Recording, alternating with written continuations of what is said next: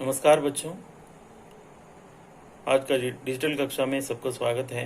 आज हम 10वीं कक्षा का तीसरा पाठ माँ मुझे आने दे कविता पाठ पढ़ेंगे। चलिए बच्चों, सबसे पहले उन्मुखीकरण देखेंगे।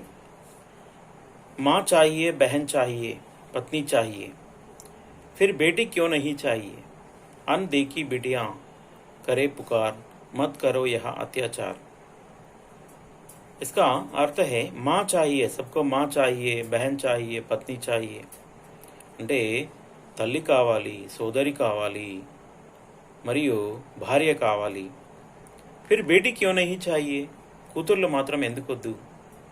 అందుకే అన్देखी బిటియా, కనబడనటువంటి ఆ కూతుర్లు అంటున్నారు, అరుస్తున్నారు, పుకార్ రహే హే, పిలుస్తున్నారు, మాట్లాడుతున్నారు ఏమని, మత్ కరో యహ అత్యాచార్, ఇలాంటి అత్యాచారాల్ని చేయకండి అని। बच्चों, इस उन्मुखीकरण पंक्तियों से संबंधित 3 प्रश्न हैं। अनदेखी बिटियां क्या करती हैं, क्या कहती हैं। కనబడనటువంటి కూతుర్లు ఏమంటున్నారు? సహీ है, మత్ కరో యహ అత్యాచార్, ఇలాంటి అత్యాచారాల్ని చేయకండి అంటున్నారు। दूसरा प्रश्न, इन कविताओं से क्या संदेश मिलता है। इन पंक्तियों से क्या संदेश मिलता है। इन पंक्तियों से संदेश मिलता है कि बेटी हो या बेटा सब बराबर है, दोनों बराबर हैं, इसीलिए सबको आदर करनी चाहिए। बेटियों को अनादर करना, बेटे को आदर करना ऐसा नहीं है। हम बेटी हो या बेटा समान रूप का दर्जा देना चाहिए। तीसरा प्रश्न, नारी के बिना समाज की कल्पना असंभव है और इस पर अपने विचार बताइए। స్త్రీ లేకుండా సమాజాన్ని ఊహించలేం, దీనిపైన మీ అభిప్రాయం చెప్పండి। सही है, स्त्री के बिना समाज अधूरा है, समाज का निर्माण नहीं हो सकता है, क्योंकि स्त्री और पुरुष यानी समाज में, यानी समाज के एक सिक्के के 2 पहलू हैं, और उसी तरह समाज का निर्माण स्त्री पुरुष का मिलन से होता है। అంటే స్త్రీ లేకుండా సమాజ నిర్మాణం అనేది అసంభవము। కాబట్టి యత్ర నార్యస్తు పూజ్యంతే తత్ర రమంతే దేవత, ఎక్కడ స్త్రీలు పూజింపబడతారో, గౌరవించబడతారో అక్కడ దేవతలు ప్రత్యక్షమవుతారని మనం చదువుకున్నాం। కాబట్టి ఇది మనకు లభించేది ఏంటంటే స్త్రీ లేకుండా సమాజ నిర్మాణం అనేది అసంభవం। इस पाठ का उद्देश्य है छात्रों को छंद मुक्त कविताओं से परिचित करवाना है। छंद मुक्त, बिना छंद वाले, बिना छंद के नियमों से लिखी हुई कविताओं को परिचित करवाना, छंद नियमाలు లేనటువంటి కవితల్ని పరిచయం చేయడం। इस कविता के माध्यम से भ्रूण हत्याओं को विरोध करने का प्रयास किया जा रहा है। ఈ కవిత ద్వారా భ్రూణ హత్యలు ఏవైతే ఉన్నాయో, అంటే గర్భస్థ దశలోనే పిండాల్ని హతమార్చేటువంటి ఏవైతే ఉన్నాయో వాటిని నిర్మూలించడానికి ప్రయత్నం చేస్తున్నారు। లింగ భేద్ కా డట్కర్ విరోధ్ కర్నా, లింగ భేదాన్ని పూర్తిగా విరోధించడం, దాన్ని వ్యతిరేకించడం। భ్రూణ హత్యాओं पर रोक लगाकर బాలికా శిక్షకి ప్రేరణ దేనా इसका उद्देश्य है। ఈ భ్రూణ హత్యలను నివారించడం కోసం ప్రయత్నం చేసి బాలికా శిక్ష పట్ల, స్త్రీల అంటే అమ్మాయిల చదువును ప్రేరేపించడం కోసం ఈ యొక్క కవిత యొక్క ముఖ్య ఉద్దేశ్యం। छात्रों, इस कविता का विधा विशेष है। यह एक छंद मुक्त कविता है। पहले मैंने बताया था छंद मुक्त कविता। छंद मुक्त कविता मानी बिना छंद के नियमों से लिखा हुआ कविता, और इसमें प्रत्येक पंक्ति कविता विषय के इर्द गिर्द घूमती रहती है। ఈ కవితలో ఉండేటువంటి ప్రతి పదం కూడా, ప్రతి వాక్యం కూడా ఆ మూల విషయం ఏదైతే ఉందో దాని చుట్టూనే తిరుగుతూ ఉంటుంది। और सटीक और प्रभावशाली शब्दावली ऐसी कविताओं की यानी पहली मांग होती है। और इसमें चंदमुक्त कविताओं में क्या है, प्रभावशाली शब्दावली, చాలా ప్రభావవంతమైనటువంటి పదాలని ఉపయోగిస్తూ ఈ కవితను రాయడం జరిగింది। बच्चों, माँ मुझे आने दे कविता की कवयित्री मृदुल जोशी है।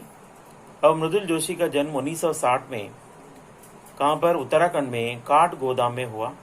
उत्तराखंडలోని काठ गोदाम అనే ప్రాంతంలో జన్మించింది. और इनकी रचनाओं का मुख्य विषय नारी चेतना व सम समाज का निर्माण है. ఈమె కవిత్వంలో ముఖ్యమైనటువంటి విషయ వస్తువు ఏంటి అంటే నారీ చేతన, స్త్రీల చైతన్యం గురించి, సమ సమాజ నిర్మాణం అంటే ఎలాంటి హెచ్చు తగ్గులు లేనటువంటి, తారతమ్యాలు లేనటువంటి, భేదభావాలు లేనటువంటి సమాజ నిర్మాణం కోసం ఈమె తన కవితల ద్వారా ఆ చైతన్యం తీసుకురావడానికి ప్రయత్నం చేసింది. इनकी चर्चित रचनाएं हैं समकालीन हिंदी काव्य में ఆమ్ ఆద్మీ. ఈమె అందరూ చర్చించుకున్నటువంటి ఈమె రచన ఒక పుస్తకం ఉంది. అదేంటంటే సమకాలీన హిందీ కావ్యమే ఆమ్ ఆద్మీ.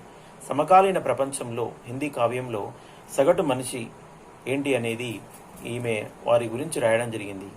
గుమ్ హో గయే అర్థ్ కి తలాష్ మే అనేటువంటి పుస్తకాన్ని, ఆర్ శబ్దోं से क्षितिज से అనేటువంటి గ్రంథాన్ని, ఇన్ దినో ఆది, ఇవన్నీ ఈమె రాసినటువంటి గ్రంథాలు.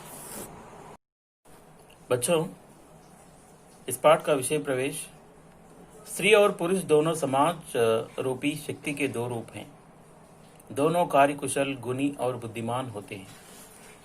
इस समाज में स्त्री और पुरुष दोनों समाज रूपी शक्ति की, समाज को एक शक्ति माने तो वो दो रूप है. स्त्री और पुरुष उसके समाज के दो रूप है.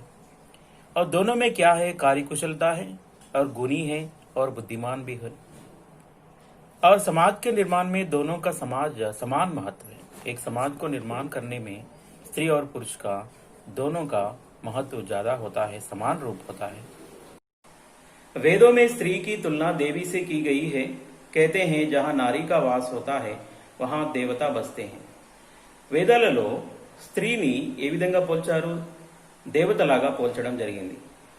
ఇందులో ఋగ్వేద్, యజుర్వేద్, సామవేద్, అథర్వణ వేద్ ఏవైతే వేదాలు ఉన్నాయో ఈ వేదాలలో ఎక్కడైతే స్త్రీలు నివసిస్తారో అక్కడ దేవతలు ఉంటారు అనేటువంటి విషయం చెప్పడం జరిగింది.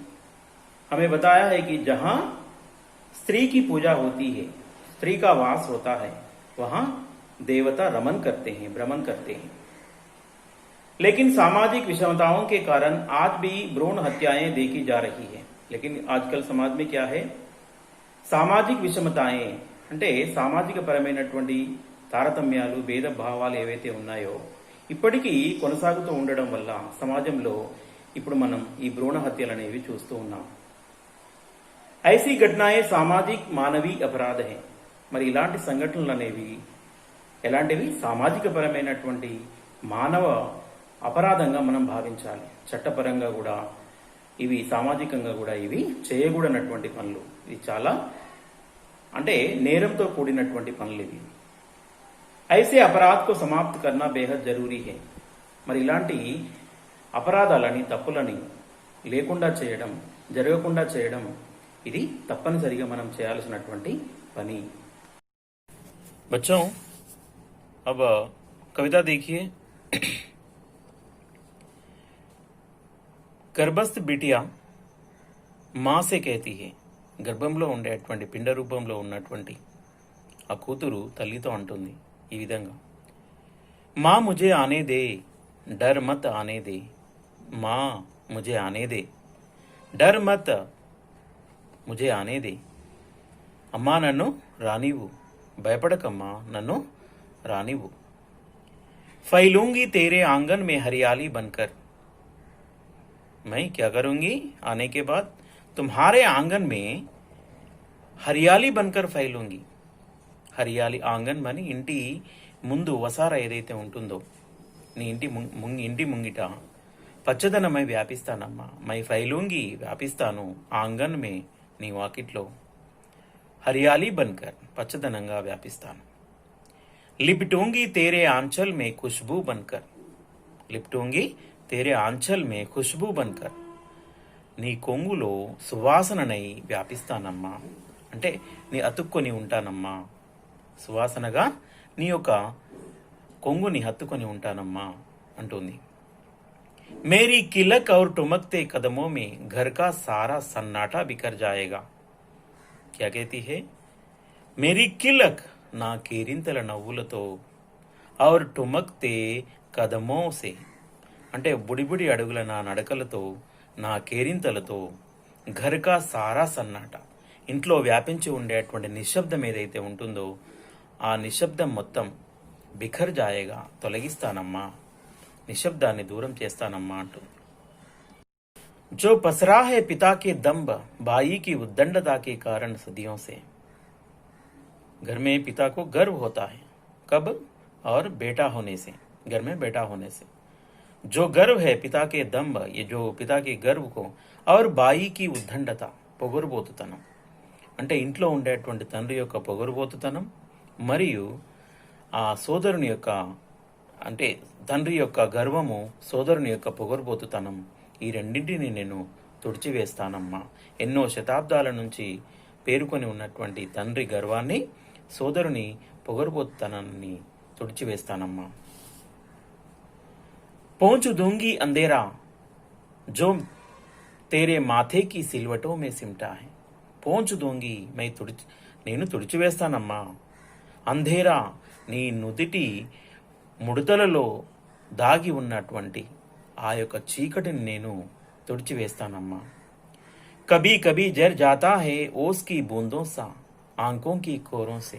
मैं कभी कभी देखता हूँ తుమ్హారీ ఆంఖోं की कोरों से నీ కను కొసల నుంచి కారుతున్నటువంటి ఓస్ కి బూందో సా అంటే మంచు బిందువుల్లాగా నీ కను కొసల నుంచి జారువాలుతున్నటువంటి నీ కన్నీళ్లను నేను తుడిచివేస్తానమ్మా. ఆనేతో దే పరమా ముజే ఆనేతో దే నన్ను రానివమ్మా. ధుల్ జాయేగా సారా కా సారా రోఖీలా ఎహసాస్. ధుల్ జాయేగా కడిగి వేస్తాను. సారా కా సారా రోఖీలా ఎహసాస్ నీ కఠినత్వంతో నీ ఉన్నటువంటి నీ యొక్క అనుభూతులన్నింటినీ నేను ఏం చేస్తాను? కడిగి వేస్తానమ్మా, తొలగిపోతాయి నేను వస్తే. और क्या है? अकड़ीला मिजाज को चिपका है जो चिपका है घर की सारी दीवारों बंद दरवाजों खिड़कियों में. అకడీలా మిజాజ్ ఇంటి తలుపులకి కిటికీలకి గోడలకు అతకబడి ఉండేటువంటి మెడిసిపోయేటువంటి ఆ గర్వం ఏదైతే ఉందో నేను రాగానే తొలగిపోతుంది. ఆ మూసి ఉన్నటువంటి తలుపులు కిటికీలు వీటన్నిటికీ ఉన్నటువంటి ఆ మెడిసిపాటుతనం అనేది పొగరుబోతుతనం అనేది నేను రాగానే తొలగిపోతుంది. तेरी आंखों में तैरते ये समुंदर ये आसमान के अक्स मैंने देख लिया है माँ. माँ तेरी ఆంఖో మే తైరితే హుయే సముందర్. నువ్వు ఏడుస్తూ ఉన్నప్పుడు, ఎవరికి కనపడకుండా నువ్వు ఏడుస్తూ ఉన్నప్పుడు కదలాడుతున్నటువంటి ఆ కన్నీటి సముద్రాన్ని ఏ ఆస్మాన్ కే అక్స్ ఆ యొక్క ఆకాశాల ప్రతిబింబ అక్స్ అని మని ప్రతిబింబ ఆకాశాల ప్రతిబింబాలను నేను చాలాసార్లు చూశానమ్మా.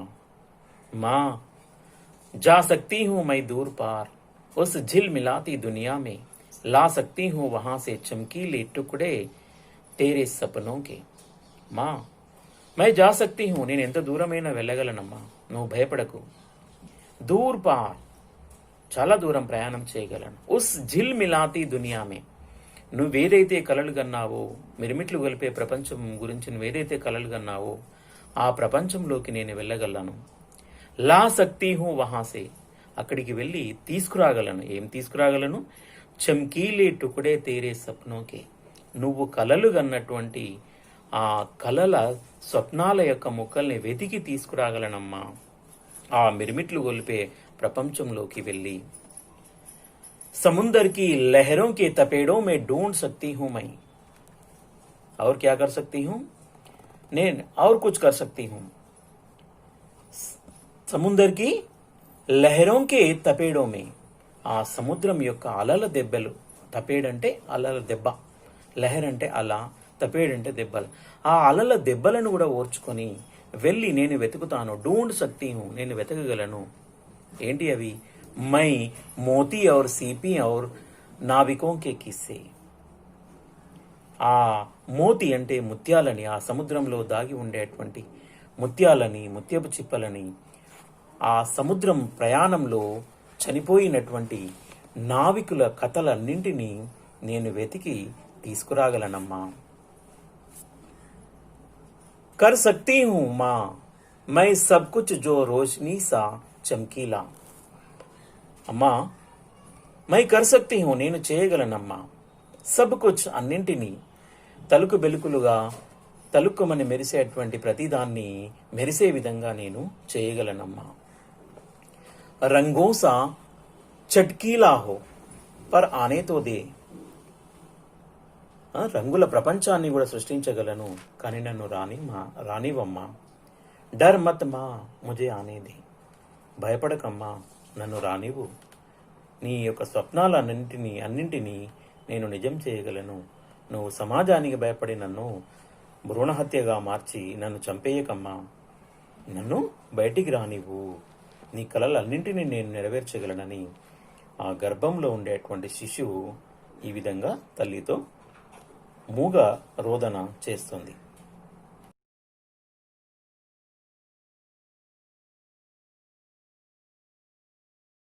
Please like, share and subscribe my channel Ajay's Hindi. Bell icon నొక్కండి.